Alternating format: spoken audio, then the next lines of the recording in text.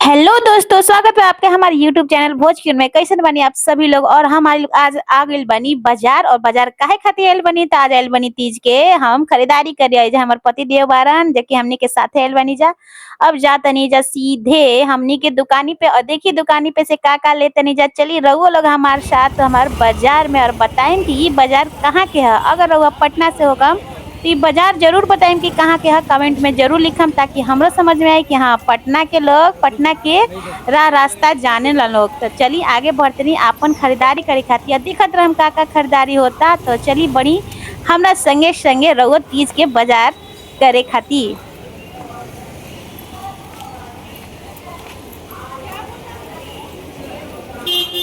तो दोस्तों ये जैसे रहुआ देखत होगा कि कितना अच्छा साड़ी कलेक्शन लागल बा और लहंगो बा। बहुत बढ़िया वैरायटीज में आइल बा और एक से एक रहुआ ये जानू का कलेक्शन मिल जाई। हर चीज खातिर साड़ी से लेके लहंगा से लेके और बहुत कुछ एजा आइटम बा जो कि इमे रहुआ के हम दिखाएम। और बाकी ज्यादा ब्लॉग बढ़ नहीं खे रहुआ देख सकत नहीं जा। और जितना हो सके लाइक करम, कमेंट करम, शेयर करम, सब्सक्राइब करम। तो चलिए एजा से हमार पतिदेव जी घुस गए बारन। देखिए ये जो लिखल बा तीज सेल। तीज के एजा सेल होता है, खासकर साड़ी बाजार आइल बनी जा साड़ी के बाजार करे खातिर। और बाकी देखी काका बाजार होता। तो एजा हम घुस गए बानी ई दुकान में और ई दुकान के नाम है पवित्र बंधन। रउआ के दिखाए में स्टैचू पे जोन बानो साड़ी बहुत बढ़िया लागल बा। और जो लहंगा और साड़ी के नो बहुत ही सुंदर कलेक्शन मिलेला। तो देखिए जैसे जाते नहीं अब हम नीचे और नीचे जाके रउआ के दिखाएं कि दुकान दुकान में तो इतना भीड़ बा कि कहीं भी दुकान में घुसम तो बहुते भीड़ बा। तो एजा हमनी के आगे में यहीं जा 3 बजे के करीब हमनी के दोपहरिया में रही जा बाजार में। और देखिए एजा के बाजार रुआ के दुकान में देखम कि कितना भीड़ बा। और बाकी दुकान में इतना अच्छा आइटम रखल है कि बुझाते है कि का ली ना ली साड़ी कपड़ा। लेकिन चलिए मैं देखा तनी कि का पसंद आवता रउआ को दिखाई बनल रहम आप हमारे ब्लॉग में। और फिलहाल अभी बैठे की व्यवस्था होता, ऐसे कि भीड़ इतना रहे कि बैठे की जगह ना मिलता है। सब जगह साड़ी वगैरह फैलल रहे है कि जानते बनी त्योहार के दिन में थोड़ा ही कुल ज्यादा ही साड़ी कपड़ा के लफड़ा लगे। बाकी देखिए साड़ी जो बा बहुत सुंदर दिखावत रहन लोग। इतना सुंदर साड़ी दिखावत रहन लोग कि का बताई मन करता है कि मैं ले ली। लेकिन ये तो हो नहीं सकत कि हम सब ले ली दुकान के साड़ी, ऐसा तो हो नहीं सकत। और बाकी देखी रहुआ के साड़ी हो एक से एक देखे के मिली। और बाकी हमरा के का दिखावत रहन, हमरा पास जन बैठा रहन भाई जी भैया जी ऊ का दिखावत नहीं। तो रहुआ के दिखाएम जोन दिखावत नहीं यही में बा। बाकी ई बताइम रहुआ लोग की लोकेशन केने के बा। ठीक बा, लोकेशन अगर रहुआ लोग बता देम नु तो हम समझम कि हाँ रहुआ लोग हमारे ब्लॉग के बहुत ही ज्यादा प्यार देवी ना और बहुत ही ज्यादा साथ देवी ना। तो चलिए अभी फिलहाल दुकान वाले भैया से बतियाओ तो नहीं कि भैया एमे के मतलब जैसे हमरा चाहिए हमरा के साड़ी दिखावत हो। ठीक बा, तब देखिए जैसे हमारे साड़ी के दिखावे स्टार्ट कैले बारन। बाकी सब देखत रहम कि कौन साड़ी बा कौन हम लेनी इहो हम रहुआ के बताएं। लेकिन अभी वो सरप्राइज रही, लेकिन हम बताएं ना वो सरप्राइज रही ऐसे कि रहुआ के बाद में देखे के मिली। तो चलिए अभी बन रही आप हमारे ब्लॉग में साड़ी के कलेक्शन देखिए। बाकी कमेंट में रहुआ बताएं कौन साड़ी हमें सबसे ज्यादा सुंदर लागत रहे।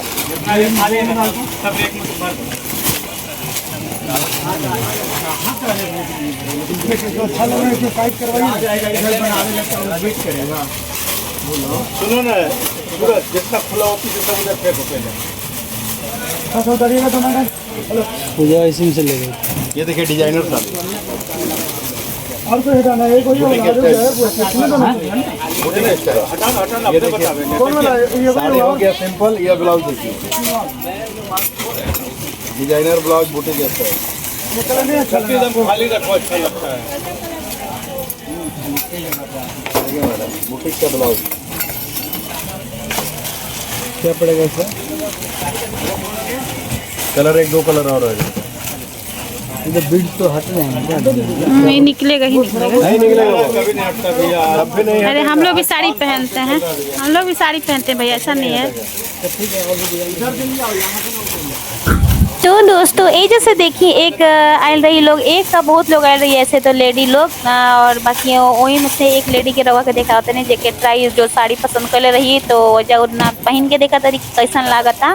बाकी वो जब पहना के लोग दिखावे लंजा रवा लोग के भी पता हुई चीज के कि जे साड़ी के खरीदारी करत हुई लोग जो जरूर जानत हुई तो जब पसंद जे आवेला आदमी पहना के दिखावेला शीशा में कि कैसन लागता। बाकी उनका के पहना के दिखैले रही जे हमरो साड़ी के दिखावत रहन तो हमरा दोनों काम करे के रहे ऐसे कि हमरो साड़ी अपन चॉइस करे के रहे और साथ साथ हमरा वो लड़की के भी रोवा लोग के वीडियो शूट कर दिखावे के रहे। तो ये जैसे देखिए हमारे साड़ी के कलेक्शन कुछ कुछ आवता बाकी हमरा वही में सही बताएं तो हमरा पसंद नहीं क्या होता ऐसे कि हम जिस टाइप में खोजत रही साड़ी वो टाइप में हमरा साड़ी मिलत ना रहे और हमरा इक्वल टाइप में साड़ी ऐसे तो अच्छा लागेला लेकिन सबके देखिए आपन आपन पसंद लेकिन हमरा ऐसा कलरों ना पसंद आवेला ऐसे कि डार्क कलर नु हमरा में तनी गजबे लागेला लेकिन हमरा जब पसंद ना आयल तो चल हम फिर आगे बढ़ गई नहीं दूसर दुकान पे और जैसे ज्यादा नहीं बस रास्ते में रही और जैसे देखिए दूल्हा के शेरवानी वगैरह सब लागल बा ताकि जेकरा भी अपना बियाह करे के हो अपन शेरवानी पहन के अपन लोग बियाह करियन लोग। बाकी हमनी के तो बियाह शादी हो गइल बा का कर सकत नहीं जा हमनियों के एक दिन रहे और एजा हमनी के सोचे तनी जा कि कौन सा साड़ी का कि दुकान इतना बानू लेकिन सब दुकान में गइल हमरा ठीक ना लागेला ऐसे कि हम कोनो कोनो दुकान में ही जानी जो कि हमार मेन दुकान बा तो ओजा हम जाता नहीं। बाकी देखिए एजा लहंगा वहंगा के भी कितना सुंदर सुंदर कलेक्शन बा रउआ के दिखाओ तनी एजा शीशा में स्टैचू पे सब बनल बा और फ्रॉक वगैरह बच्चों खातिर की भी बहुत अच्छा ये मार्केट बा रउआ लो आइम और ये मार्केट में जरूर घूमम और जरूर अपना खातिर कुछ रउआ लो लेम ताकि रउआ लोग के लगी कि हाँ ये बाजार बहुत ही अच्छा बा और अच्छा दाम पे सही चीजों मिलेला। और बाकी देखिए महंगाई तो कहीं भी बा में नो डाउट के नहीं के और ये जो देखिए खाए पिए के भी व्यवस्था बा ऐसे कि जेकरा भूख लागल वो बिना लहसुन प्याज के एजा बनेला खाना पीना तो जे अपना खाएला पिएला। और ये हमार दूल्हा जी चल गए बड़न नीचे ऐसे कि ई सबसे ज्यादा बताई रहुआ के इहे सबसे ज्यादा हमारे साथ देलन साड़ी पसंद करे में हमारे दूल्हा के सबसे बड़ा हाथ रहेला ऐसे कि ई साड़ी के ई जौन साड़ी अगर बोल दियन इनका जो पसंद आ जाई चाहे वो कितनों के वो लेके ही रहियन। इनका में वही हमारे पति देव में खूब बढ़िया क्वालिटी बा हम का कमाई से तो सब क्वालिटी बढ़िया बा लेकिन ये बहुत अच्छा क्वालिटी बा। तो चलिए अभी जाते नहीं दुकानी देखा तनी कि कौन दुकानी में घुसा तनी वो लोग के लेके चलम अपना संगे संगे तो चलिए आगे देखा तनी का होता का ले तनी वो लोग के दिखाई।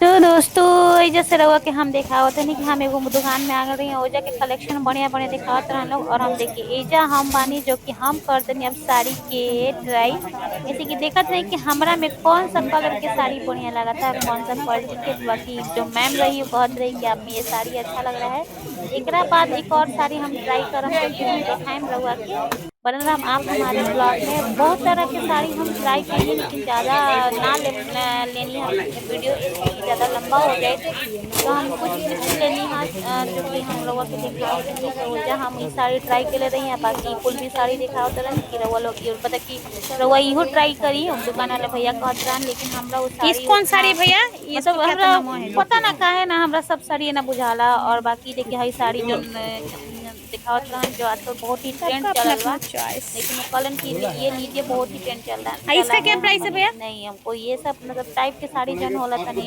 अपन शरीर देख के भी आदमी साड़ी कपड़ा ले वाला भड़कदार शरीर बा हमार तम सोचना कि थोड़ा सा कपड़ा में अच्छा लागेला साड़ी वाड़ी। बाकी हम देखी काका ले तनी फिर से हम खोजे बनी और एजा देखिए जागल बनी फिर से अब दूसरा ट्राई कर तनी साड़ी।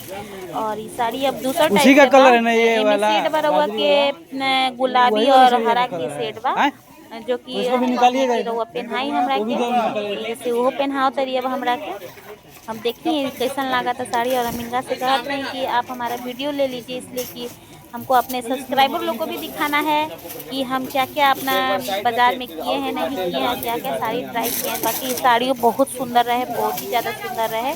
ठीक है, ये हम बोली ना कि ज़्यादा क्लिप ले ले, छोटा मोटा ही क्लिप ले ले बने एगो दूगो के। और बाकी देखिए एगो दूगो तीन गो चार गो बहुत ही साड़ी ट्राई के रहे, लेकिन दूगो के रउआ के दिखाई नहीं है। ऐसे कि हमारा ये साड़ी अच्छा लगत है तो उसमें कि चला एक बार हम एक बार ट्राई कर देने से कपड़ा भी बहुत सॉफ्ट रहे और डिज़ाइन भी अच्छा रहे, लाइनिंग में रहे। तो चलिए जब देखा था नहीं पहन के कैसा लगा था वो लग के दिखाई बनाना अपने ब्लॉग में और बताएं कि साड़ी कैसा लगा था कमेंट में, यूँ साड़ी बताएं। बाकी हम रउआ से बताएं कि साड़ी लेनी है कितना लेनी है, हम रउआ से बताएं कमेंट में।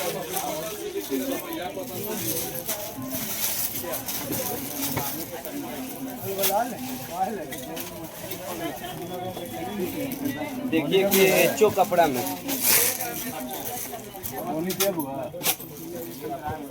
देखिए तो ऐसा भी लीजिएगा हैवी ब्लाउज वाला।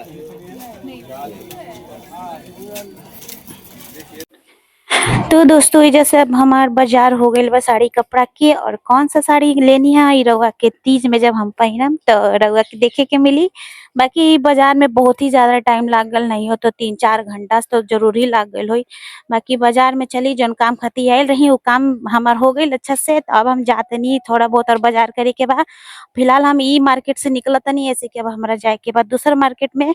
और इधर हमारा हस्बैंड जावत रहन अपन गाड़ी लेके। तो देखिए शाम कितना हो गई बा, करीब 7-7:15 होत रहे और बहुत अंधेरा। और देखिए बारिशों ऐसी भइल रहे, इतना तेज बारिश ऐसे भइल रहे कि का कहीं बहुत ही ज़्यादा बारिश हो रहा है। और हमारे पति देव जी गए बारन अपन गाड़ी ले आवे ऐसे की गाड़ी निकाले के रहे अंदर एकदम पार्किंग को दिले रहन कि वो जो हम लोग उसके मिल रहे जगह जो पार्किंग वाले बारन न भैया वही बोले रहन कि एकदम अंदर लगाइए क्योंकि बहुते भीड़ तीज के समय से न बहुते भीड़ बा यही से। और तो चलिए जा हम आ गए बनी अब दुकान पे पूजा के और देखी का ले तनी रउआ लोग के दिखाए।